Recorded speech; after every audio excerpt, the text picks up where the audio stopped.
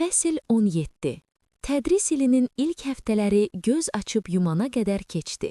Hamı yay tətilindən sonra yaranan bu həvəsi və enerji axınını sevirdi. Həm müəllimlər, həm də şagirdlər oxumağa və öyrətməyə güclə doluydular. Samirə birincilərin mərtəbəsində fasilələrdə növbətçi olmağı öz üzərinə götürmüşdü və indi Ayseli daha tez-tez görmək imkanı vardı. Bu qısa görüşlər Ayseli hədsiz sevindirirdi. Baxmayaraq ki, bəzən Samirənin yanına yuxarı sinif şagirdləri yığışanda xəbərlərini bölüşmək, məsləhət almaq və ya sadəcə söhbət etmək üçün biraz qısqanırdı. Zamanla Aysel anlamağa başladı ki, Samirəni təkcə o və papa sevmir. Onu nə vaxtsa şagirdi olmuş demək olar ki, hamı sevirdi. Bu xoş idi, Samirənin hamıya qarşı necə diqqətli və mehriban olduğunu görmək. Amma yenə də bəzən Aysel istəyirdi ki, Samirə yalnız ona məxsus olsun. Təəssüf ki, anasına Samirə heç xoş gəlmirdi. O düşünürdü ki, Samirə həm papanı, həm də Ayselin özünü ondan almağa çalışır. Amma papa heç də sanki kimsə onu əlindən alırmış kimi görünmürdü. Aysel hiss edirdi ki, Samirə onunla səmimidir və doğrudan da onunla vaxt keçirməyi sevir. Bu həftə sonu ana xüsusilə əsəbi idi. Ayseli günahlandırdı ki, güya onların yenidən üçlükdə ailə olmaları üçün yetərincə səy göstərmir. Samirə ilə daha az vaxt keçirməsini istədi. Aysel çox məyus oldu. Ana ağlayanda isə söz verdi, daha çox çalışacaq. Elə buna görə də koridorda Samirənin mərtəbə boyu gəzdiyini, siniflərə baxdığını görəndə Aysel tez qapının arxasında gizləndi. Bilirdi ki, Samirə onu axtarır və içində hər şey sıxıldı. Həmişəki kimi ona tərəf qaçmaq istəyirdi, amma anasına söz vermişdi. Və birdən Aysel gördü ki, yuxarı sinif şagirdi, uzun boylu, ağlamış halda Samirənin yanına qaçıb onu qucaqladı, üzünü çiyninə bastı. Samirə də onu qucaqladı, başını sığalladı, qulağına nəsə pıçıldadı. Ayselin içində qısqanclıq sancı yarandı. Necə yəni? Axı Samirə onun üçün idi, yoxsa təkcə onun üçün deyil? Gözlərini silib tualet tərəfə gedəndə Aysel qərarlı şəkildə onun dalınca qaçdı. Niyə ağlayırdın və niyə Samirəni qucaqlayırdın? Yolunu kəsib birbaşa soruşdu. Qız təəccüblə aşağı baxdı və gülümsədi. Bu nədir belə balaca qız, amma nə qədər ciddi suallar, deyib başını sığalladı.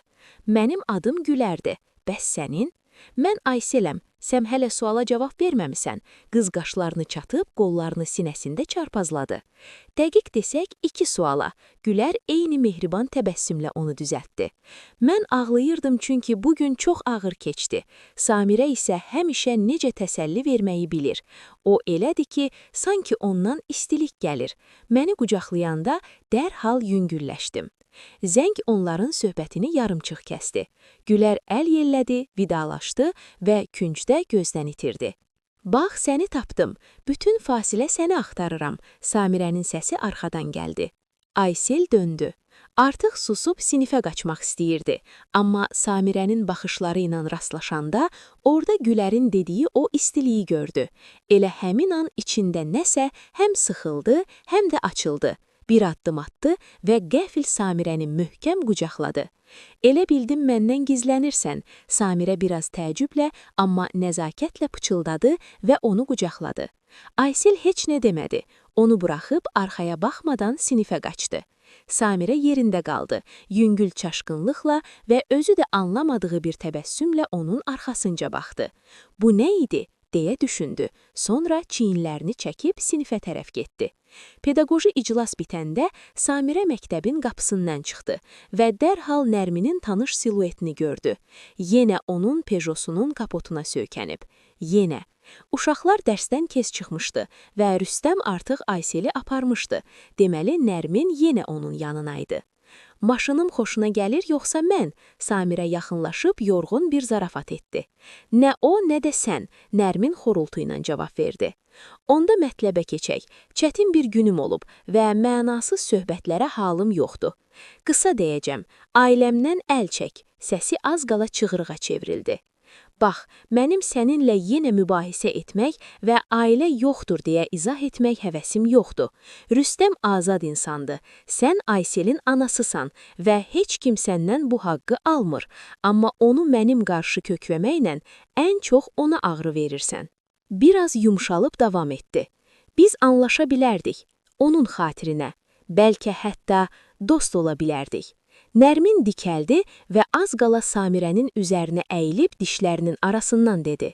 Sən doğrudan da bu qədər sadə löftüsən, yoxsa özünü axmaq yerinə qoyursan? Sonuncu dəfə xəbərdarlıq edirəm, ailəmdən uzaq dur. Döndü, həmişəki kimi zərif və soyuq halda, dabanlarının səsi ilə uzaqlaşdı. Samirə acizcə əllərini yana açdı, dəftərlərlə dolu çantanı qoymaq üçün maşının arxa qapısını açdı və o an təkərin boş olduğunu gördü. Diqqətlə baxanda aydın bir kəsik sezildi, sanki bıçaqla vurulmuş. Bunun mütləq müalicəyə ehtiyacı var, deyə əsəbi mızıldandı və qapını çırpdı. Kömək lazımdı, arxadan bir səs gəldi. Döndü, Fərid idi, təkəri görüb fit çaldı. Vay, bunu etmək üçün onu necə qəzəbləndirmək lazımdı axı? Həmisini eşitdin, Samirə daha çox təsdiq kimi dedi. Yox, amma gördüm, başını tərpətdi. Gəl dəyişək, cavab gözləmədən bagajdan ehtiyat ləkəri çıxarıb işə başladı. Samirə ona minnətdar idi. Nə sual göstərirdi, nə də israr edirdi. Sadəcə donkratla sakitcə işləyirdi.